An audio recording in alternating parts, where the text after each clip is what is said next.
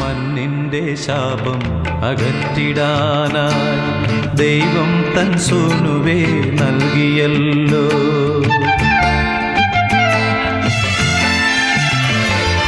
മണ്ണിൻ്റെ ശാപം അകറ്റിടാനായി ദൈവം തൻ സൂനുവേ നൽകിയല്ലോ.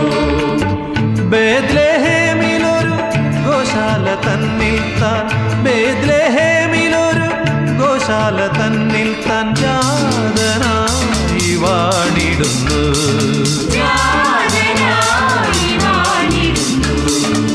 പുതിയൊരു പുലരി വിടർന്നു മഞ്ഞിൽ, പുതിയൊരു ഗാനമുയർന്നൊഴുകി.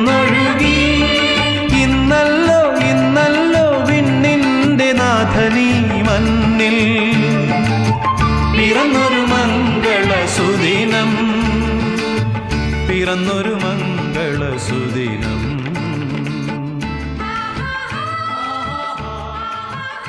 സർവ്വലോകത്തിനുമുണ്ടാകുവാനിരിക്കുന്ന മഹാസന്തോഷമത്രേ ഞാൻ നിങ്ങളെ അറിയിക്കുന്നത്. എന്തെന്നാൽ ദാവീദിന്റെ നഗരിയിൽ മിശിഹ കർത്താവായ രക്ഷകൻ ഇന്ന് നിങ്ങൾക്കായി ജാതം ചെയ്തിരിക്കുന്നു. ലോകത്തിൻ്റെ രക്ഷകനായ യേശു ഈ ഭൂമിയിൽ പിറന്നു വീണതിൻ്റെ ഓർമ്മ സ്മരിക്കപ്പെടുന്നതായ പുതുക്കപ്പെടുന്നതായ ഈ ദിനങ്ങളിലൂടെ നാം കടന്നു പോകുമ്പോൾ 2-3 കാര്യങ്ങൾ നമ്മുടെ ഹൃദയത്തിലേക്ക് കടന്നു വരേണ്ടത് ഏറെ ആവശ്യമാണ്. യേശു ഈ ഭൂമിയിൽ അവതരിച്ചപ്പോൾ ആദ്യമേ കാണുവാൻ ഭാഗ്യം ലഭിച്ച 2-3 കൂട്ടരെ നമുക്ക് പരിചയപ്പെടാം.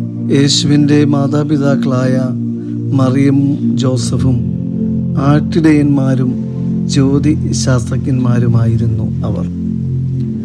ഈ 3 കൂട്ടരുടെയും ജീവിതത്തിലെ ചില ക്വാളിറ്റീസാണ് യേശുവിൻ്റെ ജനനത്തിൽ അവരെ കാണുവാനായിട്ട് അവരെ ദൈവം സഹായിച്ചതെന്ന് തീർച്ചയായും നമുക്ക് മനസ്സിലാക്കുവാൻ സാധിക്കും. യേശുവിൻ്റെ മാതാവും പിതാവും എത്രമാത്രം ആഴത്തിൽ ദൈവസ്നേഹത്തിൽ ജനിച്ച് ജീവിച്ച് വളർന്നവരാണ് എന്നുള്ളത് വളരെ പ്രാധാന്യമർഹിക്കുന്നു.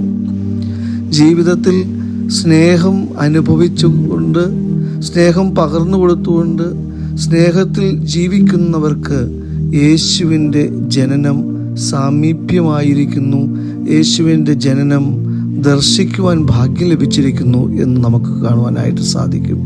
വീണ്ടും വിശുദ്ധ വേദപുസ്തകം നാം പഠിക്കുമ്പോൾ ആട്ടിടയന്മാർക്കാണ് യേശുവിനെ അവൻ്റെ ജനനത്തിങ്കൽ അവനെ ദർശിക്കുവാൻ ഭാഗ്യം ലഭിച്ച മറ്റൊരു കൂട്ടർ.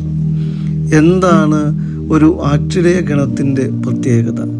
അവർ വളരെ ജാഗരൂകരായി കഠിനാധ്വാനം ചെയ്ത് കണ്ണടക്കം പാലിച്ച് ജീവിക്കുന്ന ഒരു സമൂഹമാണ്.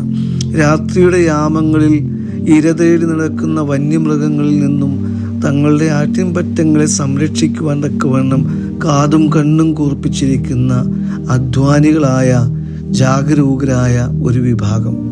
ജാഗ്രതയോടെ അധ്വാനിച്ച് ജീവിതത്തിൽ മുന്നോട്ട് പോകുന്ന ഓരോ വ്യക്തിക്കും ക്രിസ്തുവിൻ്റെ ജനനം സാമീപ്യമായി, അനുഭവമായി, അനുഗ്രഹമായി മാറ്റപ്പെടും എന്ന് നമ്മെ ഓർമ്മിപ്പിക്കുകയാണ്.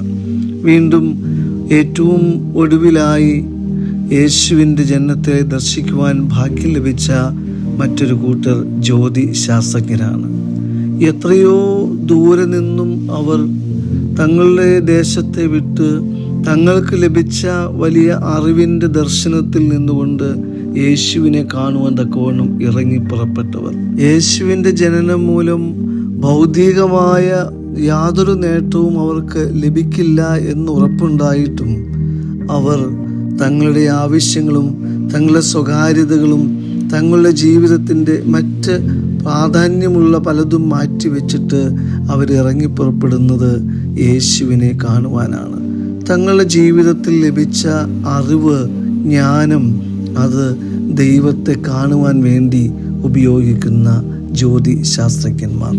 ദൈവത്താൽ അനുഗ്രഹിക്കപ്പെട്ടവരെ, യേശുവിൻ്റെ ജനനം കാണുവാൻ ഭാഗ്യം ലഭിച്ചത് ഈ 3 കൂട്ടർക്കാണ്. ദൈവസ്നേഹം അനുഭവിച്ചവരും പകർന്നു കൊടുക്കുന്നവരും അതിൽ ജീവിക്കുന്നവരുമായവർക്കും അധ്വാനിച്ച് ജാഗ്രതയോടെ നോക്കിപ്പാർത്തിരിക്കുന്നവർക്കും തങ്ങളുടെ ജ്ഞാനത്തെ ദൈവികമായ ചിന്തകളിലൂടെ നേരാൻ ജീവിത വ്യഗ്രതയിലൂടെ കടന്നുപോയവർക്കും ഈ ക്രിസ്മസ് കാലഘട്ടത്തിൽ നമുക്കും യേശുവിനെ കാണുവാൻ ഭാഗ്യം ലഭിക്കട്ടെ. ഈ ചിന്തകളിലൂടെ നമ്മെ ദൈവം അതിന് സഹായിക്കട്ടെ എന്ന് പ്രാർത്ഥിക്കുന്നു. ദൈവം അനുഗ്രഹിക്കട്ടെ. പാടുവിണ്ണിലെ മാലാഖകളെ, പോരുമണ്ണിലെ ഇടയന്മാരെ, പാടുവിണ്ണിലെ മാലാഖകളെ, പാടു തമ്പുരുവും കിന്നരവും താളവുമായി, പുൽക്കുടിലിൽ കൽത്തൊട്ടിയിൽ മറിയത്തിൻ പൊന്മകനായി, പണ്ടൊരു നാൾ ദൈവസുതൻ പിറന്നതിനോർമദിനം.